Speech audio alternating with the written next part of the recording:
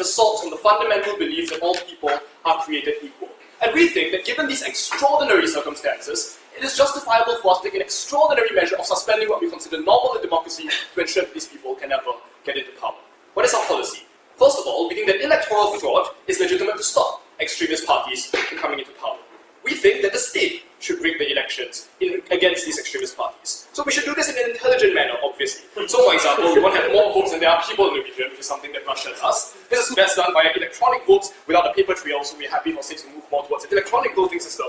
And we'll try to make the margins small, which is probable and which is possible, since realistically extremist parties swing in on extremely small margins to begin with, like the 20,000 in Wisconsin that brought Donald Trump into power. So we think the vote being anonymous probably makes it very hard to trace the fact that rigging actually occurred, especially since the people reporting on these elections tend to be government employees who we can manipulate with certain views. In any case, accusations of vote rigging are common in all elections. We don't see how this is particularly different. Often extremist parties, upon losing, will accuse the government of rigging the vote in either case. So we don't think that rigging, or the accusation of that we have rigged the election is a significant worry to begin with. We're going to follow two broad lines of analysis. First of all, about the fundamental values of democracy, and second of all, why it is then legitimate to suspend extremist parties from the vote because they have contributed and they have assaulted these fundamental values of democracy.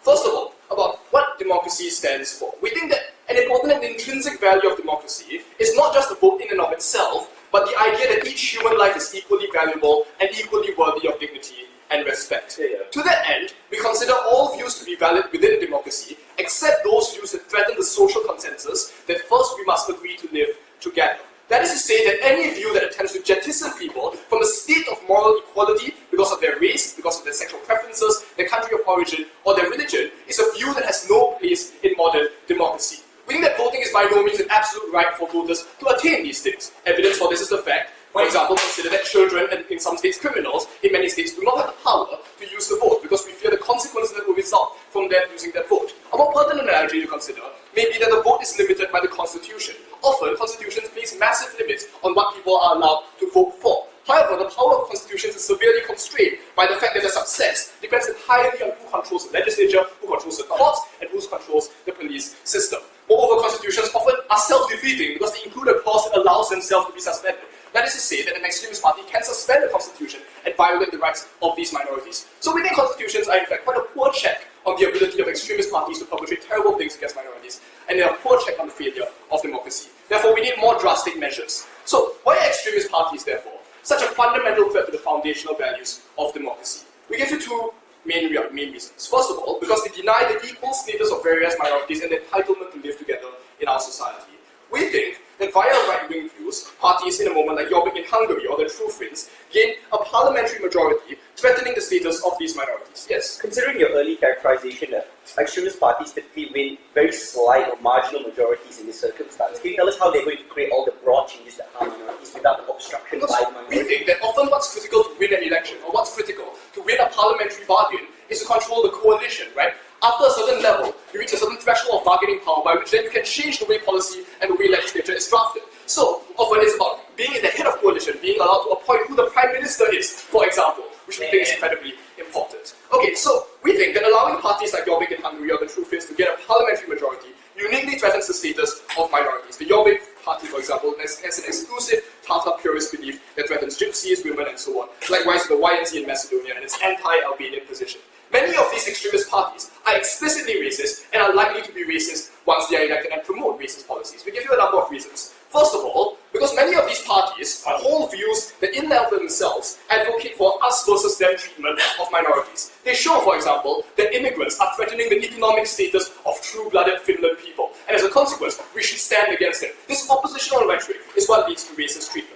Even if they don't hold these views personally, that is to say that even if these parties don't genuinely consider these views to be true, often they nevertheless are pressured to follow up on them based on the fact that they were elected on the sole basis of these racist beliefs. Moreover, thirdly, we think that many of these parties tend to be quite uncompromising and willing to take extrajudicial action. Look at how Golden Dawn, for example, has an explicit military wing that engages in street activism across Greece. So we think that giving parliamentary majority to extremist groups leads to the possibility that they will enact all kinds of racist policies. In fact, to use some overused examples, Milosevic and Hitler both began by winning a parliamentary majority first before they were allowed to do all the terrible things that they did. So we're not saying that this is 100% going to happen, but the probability and scale and the possibility of this harm necessitates necessitates that we take action. And we think that action in this case includes trumping the vote, which we think is instrumental to democracy, in order to preserve the fundamental value that the vote leads to, which is the fact that human beings are created equal and endowed with dignity and respect. And constitutions and other checks and balances just fail. They also fail for an additional reason. This is my second point of argument. The fact that extremist parties often have a tendency to erode at the edifice of democratic institutions. We give you a number of means by which they do so. First of all, because extremist parties have a tendency to target the courts and try to take extrajudicial action. What extremist parties have done traditionally, after gaining a parliamentary majority and gaining some kind of entitlement into how the legislature and how the legal system works, is that they have attempted to pack their thugs and their own personal cronies in the courts. They have intimidated judges in the way that Hun Sen does in Cambodia, for instance. This is exactly what happened in Sri Lanka, where extremist control of the courts led to a spiraling situation, leading eventually to civil war. So we think that allowing extremist parties to broker a parliamentary majority uniquely results in a situation that can undermine the democratic rule of law.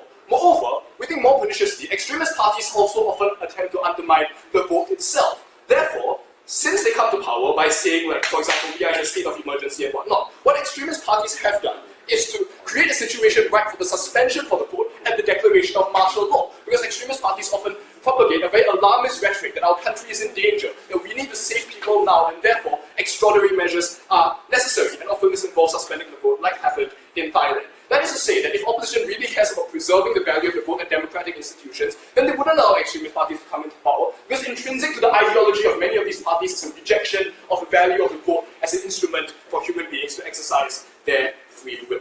So we think that it's incredibly, and we think it's therefore morally justified for us to use electoral fraud as a means to an end, and the end is to preserve the goal by which democracy is set up. So, because we protect the status of minorities in a way that constitutions and other checks and balances can't, we're very proud to praise. Clearly then, the Prime Minister has already speak to start a piece from opposition. I invite Ms. Maya Moxon onto the stage.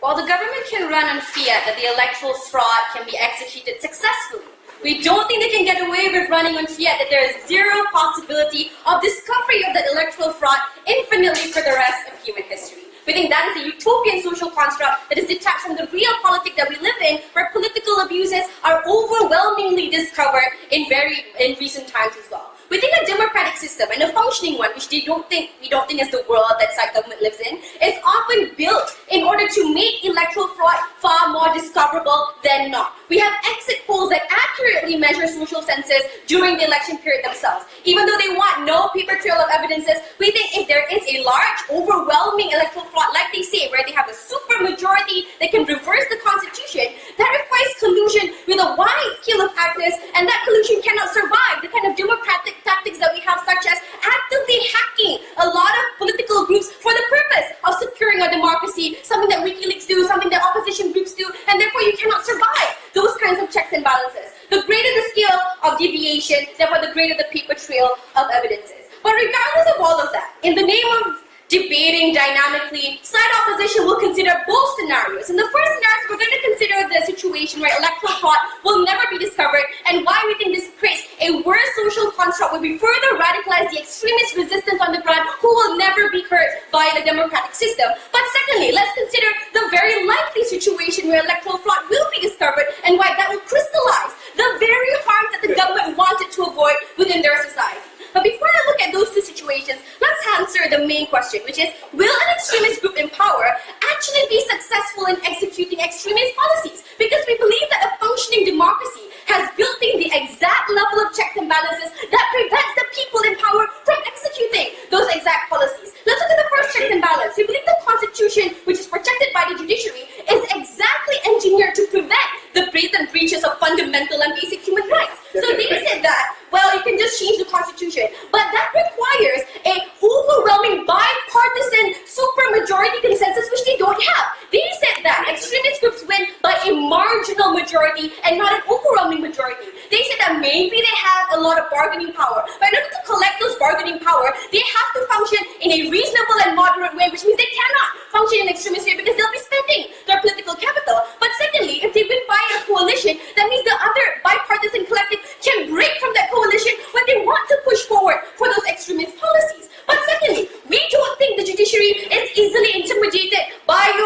Chechnya type of government that's not in a functioning democracy. We believe the judiciary is independent and protected from all of these intimidation. And we believe that the judiciary functions with the kind of academic scrutiny and assessment of objective rights that you wouldn't survive passing all of these extremist policies. Even though you have some Republican, some conservative judges versus liberal judges who are occupying the seats within the Supreme Court, we look at conservative judges like Clarence Thomas who decided against the Republican agenda when deciding to vote against gerrymandering because that kind of academic scrutiny on whether or not fundamental basic human rights exist cannot survive the scrutiny of the judiciary. So we don't think the judiciary can be bought over in abolishing basic human rights. But thirdly, we believe that there are international treaties that create legal obligations within these functioning democracies, and again, they would not survive those kinds of complete abolishment of fundamental human rights. If you're a member of the European Union, if you're a member of the United Nations, there are a lot of international pressure that legitimizes international and legal sanctions upon you if you breach fundamental human rights. But on top of that,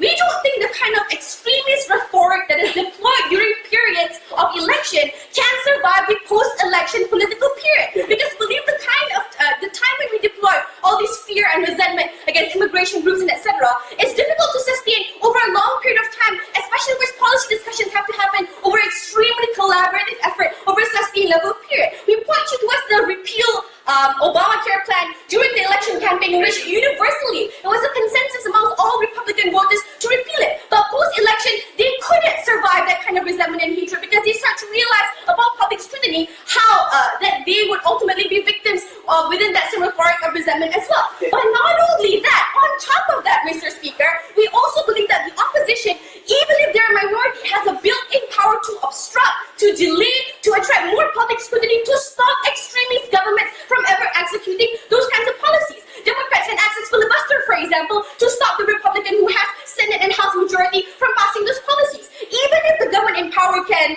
unilaterally reverse all of these kinds of restrictions, that would require them to expand a lot of their bargaining power, a lot of their political capital, which means their ability to pass other extremist policies will be extremely limited. We believe that this empowers political opposition to create media sensationalization to stop extremist powers from expanding those kind of political capital. Let's talk about if this electoral discovery, if this electoral fraud was never discovered, what happens? We believe that a centrist or liberal party who refuses to acknowledge the extremist resistance on the ground is going to crystallize that very same resistance they wanted to avoid. These are the people who are willing to commit electoral fraud because that's how much they are blind and deaf to the wants of the democratic people. We believe they will perfect the echo chamber that worsens the extremist resistance. Those who are living in liberal communities will think that nothing's wrong. Oh, we want the majority, therefore there's nothing that we need to change. Liberals will never change their social attitudes then. Liberals will never pressure their elected representatives to make policy concessions towards the social resistance on the ground.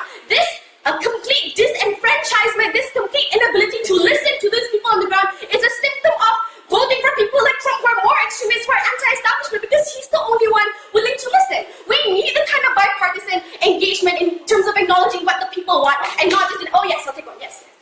So you think that if they're only 49%, they'll be totally ignored, but if they get to 51, then nothing much changes? Is that no chance? No, I think that the people need to be heard, but when they are heard, we think they will overwhelmingly fail because of the built-in checks and balances, and that's what's then denying them that political recognition. Because what happens? Let's look at the second scenario where we do discover electoral fraud. We think the nature of extremist groups is that they are fueled by mistrust, Mr. Speaker. That is the fuel that disenfranchisement within their victim narrative makes them far more extreme. So understand the scope. Even the smallest bits of suspicion is weaponized into political tools that further empowers extremist voters. But on the our side, if you really have concrete evidence of discovery within for electoral fraud, we believe the victim narrative is real. You further crystallize the kind of disenfranchisement that they were talking about all along. So that anti-establishment narrative becomes even stronger. We don't believe this kinds of extremist group now will even stop at protesting because they will also be on the receiving end of more sympathy as well as righteousness, even from people who are politically polarized from them, because they are the actual victims of those democratic crimes. This makes them even more powerful, give them even more political power, because we don't believe your benevolent intentions in a world where your liberal party is willing to commit electoral fraud. For all those reasons, you don't fix the problem. You make the symptoms of resistance much harder. You make resistance groups far more powerful. We're proud to oppose.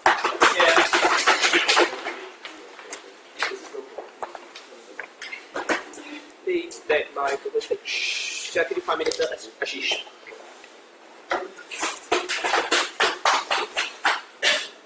mean, honestly, I wish I had as much blind faith in even weak semi-democracy which mine has. Because she misses two key contexts. Number one, that in the vast majority of countries in the world, reaching a parliamentary majority, not a plurality, right? Not a party with the largest number of votes, but to actually cross the 50% threshold is a very rare and very extreme thing. It means you get to nominate the entire executive. And no, when we said constitutions should be suspended, we didn't say that be changed, right? We do need a supermajority to change constitutions. But suspension of constitutions is an executive act declared by the chief executive, and it's a fundamentally political as opposed to legislative process. That's the first thing which I think she misses. The second thing she misses is that all power and all institutions in a democracy are ultimately political. Because you know who appoints the judges? Yes, your legislature. Oh no, it's not the legislature, it is an independent commission. Who chooses the independent commission? Yes, the legislature. Who chooses the independent commission? Like, to monitor racism, or the ombudsman? Guess what? Either an independent panel chosen by the legislature, or the legislature. The seat of power in every single democracy, the root from which all evil flows, is the legislature, and they do not engage with that. No, thank you. I want to talk about three things. Firstly, I want to talk about how this rigging will go about. How we think that we will probably not be found out, and acknowledging what they say, even if we are found out, we think actually, like, politics is so noisy, probably no one will really care. Secondly, I'm going to talk about why is it the fact that when they do come into power, no thank you, they can create huge harm and sort of mind-manipulating stuff about, like, judges aren't intimidated when they're shot and killed, guys. Like, just doesn't fly.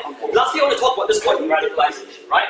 And look, in case I sound extreme, I want to point out, okay, in Hungary, 2 judges 2 weeks ago found dead in a ditch. Currently in the Caucasus, the bodies of gay people are being shoveled into dishes. Milosevic came into power in a parliamentary majority in an election which even Western observers thought was fine, and then precipitated 15 continuous years of genocide because the oh-so-vaunted Yugoslavian judiciary which they relied on somehow, I don't know, didn't work when this guy was determined to kill everyone. So, first of all, let's talk about this, right? First thing to point out, that given that it's not really a landslide for the extremists, all we need to do is to place a few strategic votes in a few strategic districts to flip over control in Parliament, right? This means that 10,000 votes, or even 100 votes, or even just 200 votes in the region could mean, no thank you, we stop them from reaching the 50% threshold, right? So it's not a huge egregious action.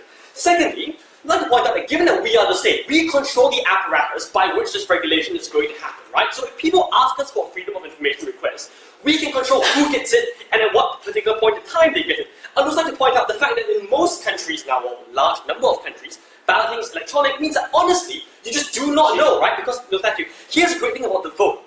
The vote is anonymous, right? That's obviously very important, so you can be persecuted if you vote the wrong way. But it also makes it easy to rig the vote because no one individual person can go, wait a minute, like my vote was switched from a yes to a no, right? So, we think it's a majority of circumstances we will not be found out. But what if we are found out?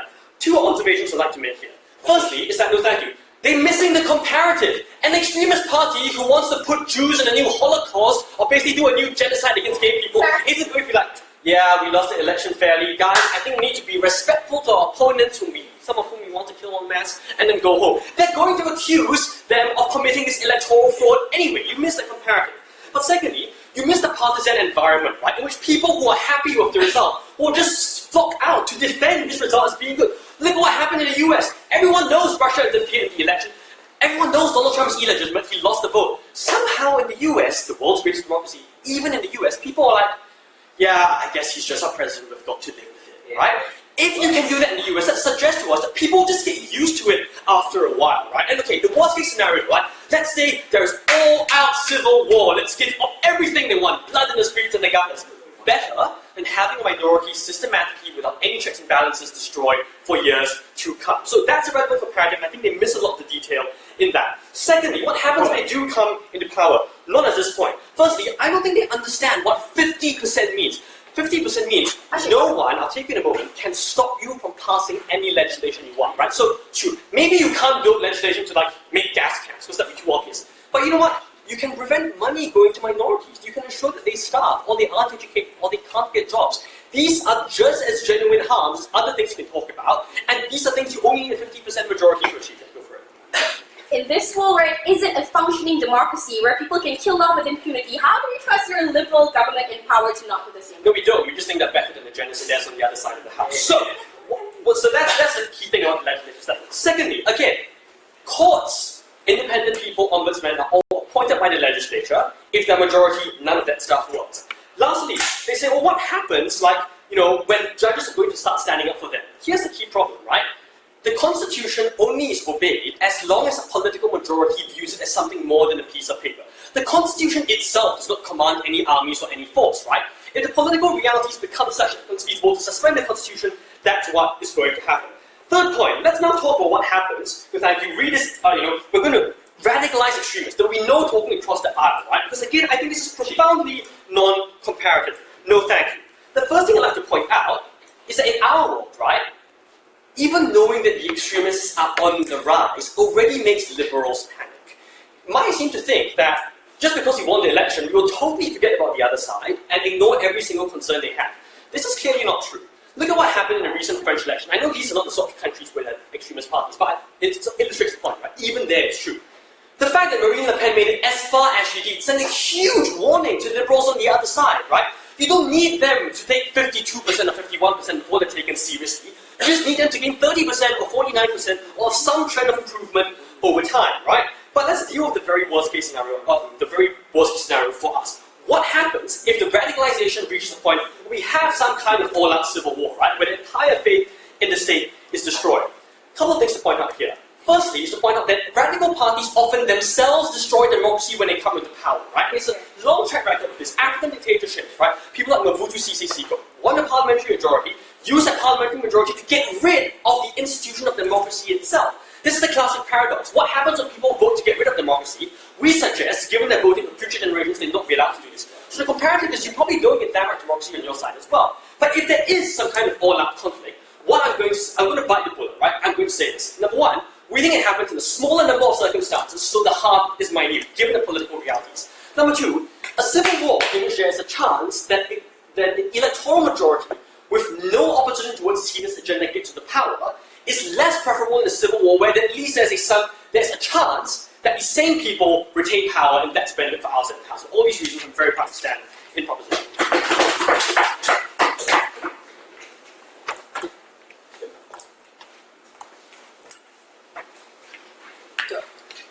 Thank Ashish for his speech, and for Deputy Leader of Opposition, lives up.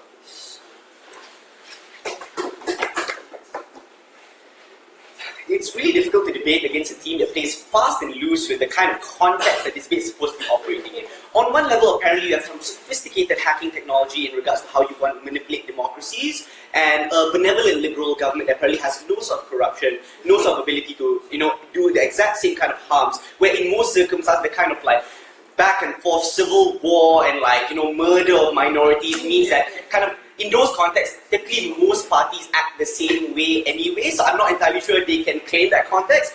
Or it is the liberal context in which none of their arguments actually apply in a functional democracy and actually never gave us any analysis as to why all Mai's analysis in any reasonable democratic structure will be able to have some check and balance in those particular circumstances. A few things I'll deal with. The first thing I'm going to do is I'm going to be extremely generous and deal with this crazy, Zimbabwe, Chechenian genocide kind of context and why they don't actually get the harm that they say they do and make things actually worse. Yeah, I'm going to prove how they make things people not believe in those democratic structures to begin with. First and foremost, I think it's important to contextualize that most of the time when it comes to dissatisfaction and right-wing groups in these particular right-wing countries, ladies and gentlemen, that its inception is oftentimes not the very worst of those particular sentiments until you ignore those sentiments in this circumstance. That maybe you're racist, maybe you're anti-immigrant, maybe you want to persecute some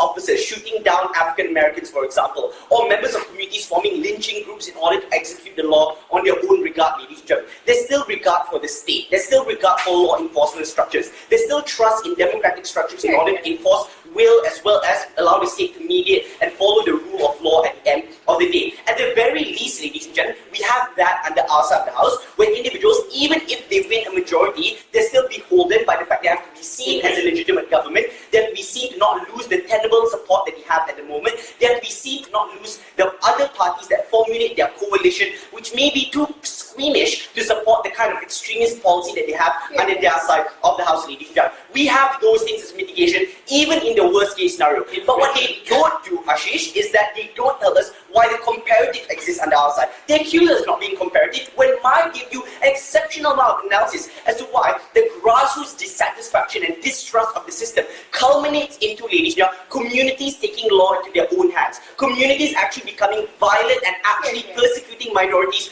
not through the arm of the law, where minorities have a protection of the law, have a lawyer, actually have the arm of the state to help them out in this particular circumstance, but in the shady dealing, when police officers are able to hang black people by a noose on a tree, ladies and gentlemen, and not have any sort of accountability whatsoever. At least under our comparative, ladies and gentlemen, the actual political officials on the outside, they have to do horrible things. These things we put on paper, these things will be let out in the media for them to be held accountable to these things. The comparative under their side of the house is these things will happen anyway on your side of the house, and at the same time will have no sort of check and balance, accountability, law and order in order for you to apply any sort of scrutiny in those particular circumstances, ladies and gentlemen. If it is true we're talking about this context, then you're also going to have to deny or respond to the circumstance in which the culminated dissatisfaction comes into the civil war and all-out conflict that you say will occur on your side of the house. At the very least, we can regulate that kind of sentiment under our side of the house with all the check and balances that might provide you in this circumstance. We think that's important. But secondly, ladies and gentlemen, we also think in much more reasonable context, in the majority of circumstances where there are functional democracies, those are the kind of circumstances where the kind of check and balance systems under our side of the house prevent all those things from happening to begin with. We've given you reasons to believe why right-wing governments are likely to fail. Right-wing governments win on, as Arthur says, win on a tenable majority, and without a held check and balance, so many different actors, like other members of their coalition, the constitution, the judiciary, as well as other members in parliament, to prevent any of the suspension. And don't buy this. You can't suspend the constitution on a simple majority. That literally is the definition of you needing a super majority in this circumstance. Emergency powers have to be approved by the courts. Emergency powers have to be approved by the legislature as well. In that particular circumstance, we don't think that's an executive decision. You can't buy this line. Yes. You talk a lot about coalitions moderating these extremists. If you have more than 50% of the people in parliament, why do you form a coalition? Wait a minute. Now, that makes so confusing, ladies and gentlemen. In Arthur's speech, you say that you win a majority not because you're on your own, because the characterization is apparently extremist parties don't win a lot of votes, they get a lot of people and then they form government at the end of the day. You say we're talking about parliamentary democracy. Now you're asking whether or not we're even talking about parliamentary democracy because one party wins the entire majority to begin with. Look, if you're a party that wins the entire majority without having to form a coalition whatsoever, that denies your first speaker's definition in regards to these people forming very tenable forms of support on the margins anyway, ladies and gentlemen. We think the most reasonable context that many right-wing politicians don't win much of the majority anyway. You've given them many reasons as to why many right-wing politicians have failed consistently throughout European nations despite all the consensus that you say occur under the status quo. Because right-wing politicians are just not popular in the 21st century where there's economic growth, where there's a spread of information, where there's the internet and access to factual data, and people have already known through historical events that this is that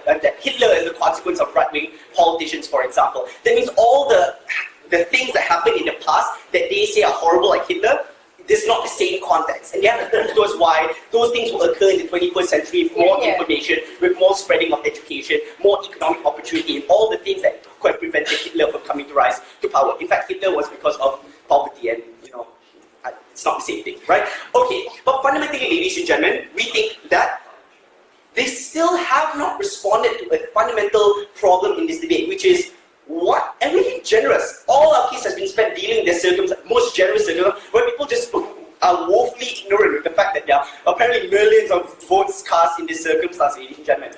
But in the instance where they do find out, we think that there are an exorbitant amount of harms that are created as a result. The fact that not only all the harms we've talked about are compounded, the fact that people get violent, people become distrustful of the system, people formulate their own enclaves and refuse to engage with other people. But also, ladies and gentlemen, if you lie, Mai also told you why liberals on the ground, not the people in the Democratic Party, don't know that there is a problem facing them, don't know that they needed to make a compromise, don't know that they could have done something to prevent the further radicalization of people in the Midwest or people in Middle America, because the politicians at the top lied to them and told them, you still are the majority in this circumstance. Making those compromises and changes of attitudes is what's necessary in order for you to ensure that it doesn't get to the point of Hitler, because finally you can answer their concerns and then be able to mediate those concerns and move forward as a nation. Thank you.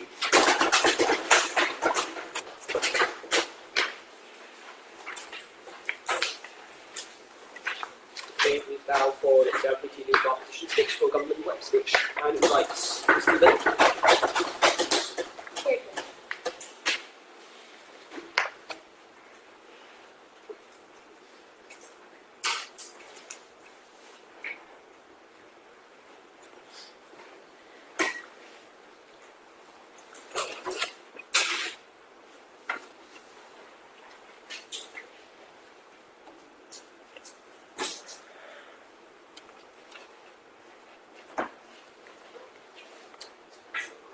We wanted to be generous in government, which is why we consider this debate in numerous different areas. But let's be crystal clear about the types of examples that we're talking about, because it's across the board we'd be happy to do this policy.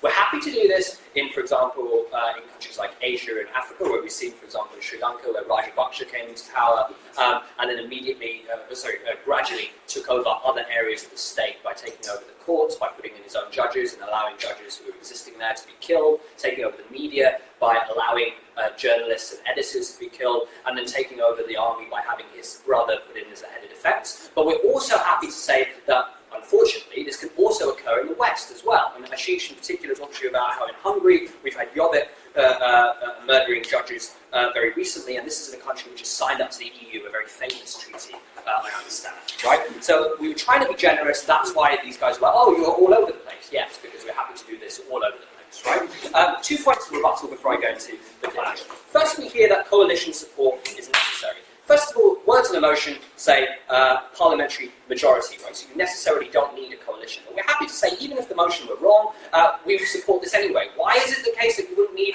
even in a coalition, you'd still be able to do these things? Because if you're the dominant party in a coalition, and you're the dominant party which gets to influence, as Arthur tells you, who the Prime Minister is, who's the head of the judge, who the judge is, who's the head of the army, it's not really easy for a coalition party to turn around and go, not really happy with you using the army to threaten political parties, right, and threaten judges, because you're next, right? You're going to be the next person who's going to suffer, and even if you did want to do something about it, what infrastructure have you got to do anything about it? Very little, right? Second, we understand apparently that we can't just suspend a constitution easily. We think this is a remarkable argument to make, given that the Philippines is a country which exists at this point in time. We say it's very easy to suspend a constitution, and as Arthur said straight off the bat, a constitution fundamentally is just a piece of paper or a series of pieces of paper. If you are willing to ignore it, and you've got no army to do anything about it, it's meaningless, right? So first of all, very quickly, what makes democracy valuable? Because these guys actually don't really dispute this, but this becomes very important for the context of how you should weigh this clash.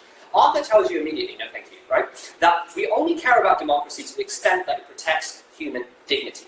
There is no argument made by Opp, strangely, in this debate. It'll be too late to come in the whip, which is, oh, we should respect people's vote irrespective of what it leads to. The argument they try to make is, oh, it won't lead to the horrible things you're talking about, right? Note that distinction for when we move on to the rest. So second point of clash I'm going to look at is why should we be risk averse and rig the election rather than wait and see what happens if the extremist party comes into power? Both Arthur and Ashish give you lots of reasons to suggest that an extremist party is extremist, right? It necessarily are people who hold views which attack the human dignity of people, right? To say, for example, the Hungarians saying that like the Roma people are subhuman and don't deserve to live with them. Go back to Milosevic and views towards other people of Balkan descent who were not Serbian, etc., etc., etc. Right? The reason that's so pernicious then is if you then enable this group of people to have an army, a police force, the ability to control the media, the ability to implement martial law, the ability to have curfew, the ability to say that you're an enemy of the state, the ability to publish news stories saying that any opposition is a traitor to this country, we posit it's probably not a good idea to enable these people to have power if given they have those views. We say there's very real risk, and we would go further than that and say that it would be absolutely disgraceful for us to stand by and say, we didn't know they were going to kill the Jews, right? Now, we didn't know Hitler was going to do that, even though he had said previously that he didn't really think Jewish people were equal. Or we didn't think Milosevic was going to start attacking the Croats, even though previously he had said that the Croats were equal. Or we didn't previously think that Jobbik was going to attack the Roma people, even though he said that gypsies were subhuman. We think that's absolute BS, right, for these guys to get up and say, oh, we don't know what's going to happen, therefore we should allow it. But the key point is, when you give them all of the infrastructure I talked about, the harms are so much worse than would be otherwise where they're not in power, because there's essentially no one else to stop them. We hear in the previous speech this weird idea that we prefer on op that policemen lynched people, because then, rather than like community violence, because then the state can record that the police lynched someone. Two responses. First of all, police lynching is only dealt with if the state wants to deal with it. Under our world that we're talking about here, if you're an extremist and you think that gypsies are subhuman, and then a police officer lynches a gypsy, we're going to posit you're not going to really do anything about that. You might note it down, but in order to give that person an award rather than to punish them, right? The second point we say is that you get more community violence on op anyway. It just happens to be supported by the government, right? So it's a non-comparative argument for them to make in the first place to say we get community violence because there are these extremists that aren't in power and must kill people some way, but we don't get community violence on their side of the house. Yes, please. In the kind of democracy where this government can just kill off people with impunity, why won't the exact same extremists not kill off the government when they discover they will falsely deny of that government power? Yeah, so because it's a lot harder to kill a government, which has an army, a police force, the ability to put you in prison, rather than to kill an ex-government when you have the army, the police force, and the ability to put people in prison. That's why, right? We hear from the leader of ARP, right, that we have democratic checks and balances, that we have a judicial independence, right? Yes, we do, and then we don't, right? And that's the point we're making. We've given you numerous examples to explain why that can come about. So thirdly, how do we deal with extremist groups? We've explained why we don't think we'll get caught, right? They give one reason to suggest we might. They say the word hacking, right? It's unclear who's going to hack in order to put in an extremist group, and it's unclear how that hacking would necessarily give infallible proof that that rigging has occurred. But even in those scenarios, we say we can deal with the genuine views that are between people who vote for the extremists, because first of all, we say, I only have one good reason for this, because it's just, there is just one good reason, I think, which is important enough, which is we can deal with the underlying concern whilst in government, right? So it's often probably like economic or migration kind of thing, and that takes away a huge amount of their support. But we acknowledge there's of course a chance we could get caught hacking, right? So rigging or rigging by hacking, which we're very happy to do. Right? We say that in those scenarios, we do have the state infrastructure to deal with those situations. So to the extent that there's a civil war, we can paint those people as rebels of the state, we can put them in prison, we have the army to round them up, we have the police force. It would be regrettable if it came to that, of course, but it's still preferable to the thing I talked to you about earlier, which is having these reprehensible people with the army, supporting the army, funding the army, supporting the police force, having the judges, etc. And therefore it's a very clear comparative at the end, right? Would you rather that we had an army to deal with the Nazis, or would you rather that the Nazis were the army, right? In many ways, actually, that is the clearest way of analysing it. So, thanks, Stephen, for the government whip speech. The next substantive speaker, Rafiq.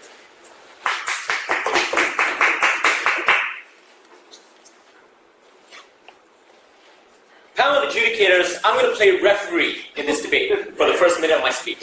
Because the government side in today's debate has basically exemplified the self-serving, tautological logic of the right wing. Because what we have are extreme characterizations of right-wing parties, bordering on genocide, fascism, mass murder, built on a policy which only puts a slight liberal majority in power so nobody figures it out, but with a characterization that liberal parties are much, much nicer than these right-wing parties. So here's the first bit of referee I'm going to do. The government side of this debate can't have their cake and eat it too. They cannot characterize right-wing parties as the exemption and that liberal parties are nice as the rule without recognizing that even with the right-wing exemption party in power, that all the checks assurances that the Liberal Party has, for example, the free media, the ability to, for example, move public discourse, that doesn't exist anymore. That's just not fair. You can't tell me that the right-wing party is the evil one, everyone else is the nice one, and suddenly all the nice ones are gone when the evil ones are in power. That just doesn't work. That's not fair, guys. So here's the next bit of referee. A lot of our arguments were premised on the idea that the right wing would have complete totalitarian control of the state's functions. Let me be clear. Total control.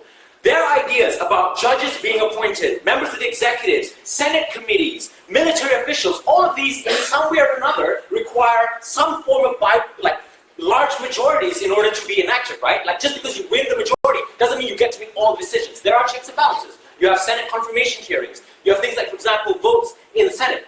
However, they just want a small majority of the Liberal Party. Second, on context, Ashish can't get away in this debate by using extreme characterizations, like, for example, places like Zimbabwe, Sri Lanka, and Serbia, ladies and gentlemen, because in these places, there's no such thing as right and left anymore. These places are hotbeds of sectarian, ethnic, and religious conflict where there is no such thing as like a functioning parliament anymore, ladies and gentlemen. So my question is this, hang on, in their world, presumably 8 years ago, they would have wanted Erdogan to come to power in place of the other hardline Islamic clerics who were running against it. Erdogan ran as the moderate in that instance, but look what he did. He used the very same rhetoric that you are using in order to take away constitutional control to disallow any sort of Islamic thought or religious freedom in that country. Okay, you don't want Rajapaksa or Milosevic? Which other military general would you choose? Or the range of other parties that you have. This debate has to be a fair one. We have to be deciding we have to be talking about a context where some form of parliament, where the left or the liberals, even as a minority, would have some form of leverage in parliament, right? Surely you can have a 51% majority and wipe out the country completely. That's just not fair. All right, moving on. No, keep this second. Right, so the first clash in this debate, are there necessary checks and balances in order to stop the kind of harms that they want on their side? So they said checks and balances can't work, right? Constitutions can be suspended, But in their side of the house, the Liberal Party only wins minuscule win within the margin of error. So here's what we say. If it is true that any major constitutional change would require a supermajority or at least some form of majority, right? That means it would require right-wing parties to negotiate leverage with more centrist parties. So that's what happened, for example, in Australia in 2009, where 3 members of the Green Party basically voted with the opposition in order to overturn the independent members of the Green Party overturned the tax mining laws that the Conservative government had. Number 2, not all members of the right-wing party are on the extreme right wing of the spectrum. There are certainly moderates in the middle who can swing on the other side when policies become far too extreme for the centrist right-wingers to palate. So we can still check on these harmful, debilitating policies. That's what happened in Malaysia, where 12 members of the so-called Muslim majority extremist party voted with the opposition to keep the Sharia law bill off the floor of the parliament, ladies and gentlemen. So even in this instance where right-wing parties do win a majority, they surely can't completely destroy the democratic process. There is still leverage, there are still negotiations, there are still political bargaining chips that other parties and coalitions can use in order to moderate them. Next thing, why is it important to have this right-wing party power? Why is it important to recognize this democracy? I'm not going to say to Stephen that we respect the right of people to be bigots. That's not the point. The point is a political, strategic one. Why do we need to respect the majority? Because otherwise there will be a silent majority. Because first we need to prevent a disconnect between the right and left wing discourse. Because, ladies and gentlemen, on their side of the house, what is going to happen is that there is going to be a silent majority of the right wing. Many right wingers on the ground are going to say something happened. A lot of us in the exit polls, in the surveys, voted for the right wing and they didn't win. Now the right wing becomes the new rock and roll, ladies and gentlemen. Everyone wants to support them. They become the silent majority. And the liberal supporters start to push and pressure their politicians to shut out these individuals even more, ladies and gentlemen. Because oftentimes, right-wing policies are married together with real economic concerns, like, for example, job losses, like, for example, immigration controls, right? But the minute you say that these views are somehow illegitimate and not debatable, then that's exactly when the silent majority gets larger. The majority gains more power because their views aren't being discussed, even when the large majority of the public are discussing them. That's exactly when the resistance, the right wing, becomes the new rock and roll hippie resistance. Secondly, we need to allow an introspection and the spotlight to be put on the right wing parties. This is another important check and balance.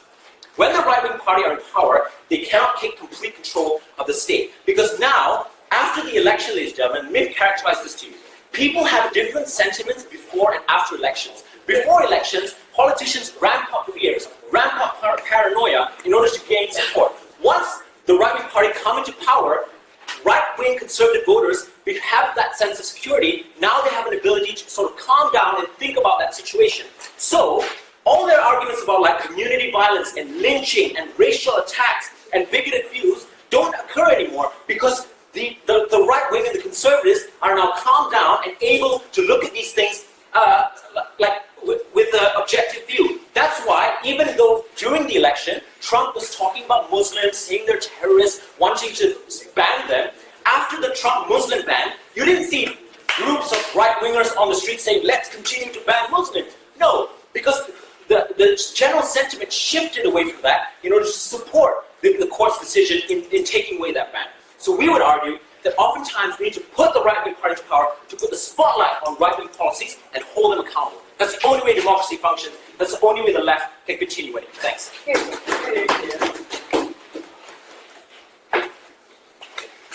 Okay, so Arthur to reply, please.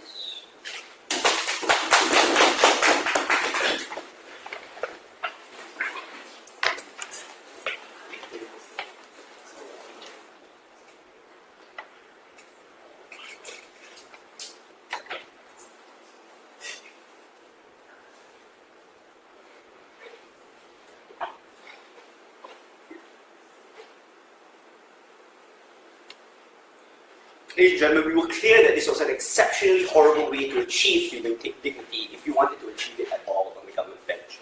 We were willing on the opposition to engage with government in their worst case scenario. Yeah, Stephen, this debate operates anywhere. But it seems like all your arguments operate in really one context, Zimbabwe, right? That all of your arguments are non-context specific to the kind of checks and balances and constitutional checks towards abuse of power that would have occurred in any reasonable democracy in this particular circumstance, given that Mai gave you multiple lines of analysis in regards to the kind of check and balances, delaying, obstructionism, as well as the ability to block any sort of legislative progresses, as well as in my speech, that would have occurred in any semblance of an actual functioning democracy. So that means that Ashish wanted to come up here and tell us that you just need a majority in order to suspend the constitution. And Stephen just wanted to come in here and just say, but they have the army though. That really isn't enough analysis or response, genuine enough to respond to all the actual analysis we provide you in any reasonable context that could hold them at check, at the very least to make them listen in this circumstance. But in the instance we were talking about Zimbabwe, in the instance we were talking about Chechnya, ladies and gentlemen, well, what did we tell you? We told you that, irrespective of context, the kind of disrespect and ignoring of the concerns of the right wing, ladies and gentlemen, or the disenfranchisement that you feel, whether you knew about the voter fraud, or even worse, when you did find out about the voter fraud, ladies and gentlemen, we compounded and, ladies and gentlemen, made worse in the circumstances where they didn't have government. Why did we tell you that if they had government, they wouldn't be as extreme as Ashish asserted to you in this particular debate? Because most of the time, that people in right-wing parties are oftentimes, as they say, incompetent and unable to achieve the policy outcomes and goodwill of and good outcomes for the people that they want. That they quickly lose popularity. That the voters, like Mai told you, oftentimes feel secure enough upon gaining popularity because they no longer feel disenfranchised. That they oftentimes vote for a politician because they feel like they are the person that's not listened to. Once getting into power, for example, Mai told you that Donald Trump voters got angry about Obamacare being repealed because they knew that they were being screwed over because of it. That they got angry because Medicare was being defunded in this particular circumstance. That oftentimes the voters disassociate the actual right-wing politicians that actually manifest those particular policies, ladies and gentlemen. Once the election hype has died down, they actually calm down. That actual analysis provided right from leader of opposition, not responded to by the other side. They just asserted that they'll just be as angry, ladies and gentlemen. But the comparative in this circumstance would have been, on their side of the house, that if you continuously ignore individuals, then the actual either lynching on those particular communities, discriminatory behavior, or actual civil war would occur on that side of the house. We will posit you the actual, and my speech I told you, faith in democratic structures and participation in those democratic structures, even if not ideal and not liberal, is more ideal in comparison to them disengaging, forming enclaves, and actually hurting communities altogether. Raj had a simplistic response. At least we have a government that holds communities with a check and balance. At least we have that liberal government, ladies and gentlemen. Well, if your mayor, governor, or police chief destroys evidence, your mayor or governor or police chief doesn't want to be held accountable to your federal government, if those governors actually institute, any of you seen House of Cards, actually institute martial law on their own people in order to defy the federal government, ladies and gentlemen, then we don't see how you get any of the outcomes on your side of the house. At the very least, we need to contain that in some form of democratic structure, in a bridge, in order to maintain some kind of respectful relationship. We also told you many things in regards to many things I say in my speech as to why we will not expect any kind of Hitler in this 21st century context, whether it be information, economic opportunity, all that, all not responded to on that side of the house, ladies and gentlemen. But fundamentally, what we told you is also that it's incredibly important to note that the kind of harms that you create for the vast majority of circumstances is that liberals lose. Liberals who are not part of the democratic leadership force the democratic leadership to implement liberal policies that ignore all your middle America people, that continuously ignore the concerns and that Raj says that it can account for, but give no sort of analysis as to why there's an incentive to when democratic voters don't know that there's something wrong happening. Yes, there might be 49% of people in this party because you want a slight win on your side of the house, but you still maintain majority. And apparently in your context, Zimbabwe, nobody gives a shit about each other, and we don't really see why the Liberal Party or Erdogan in this circumstance would care about you anyway. Thank you.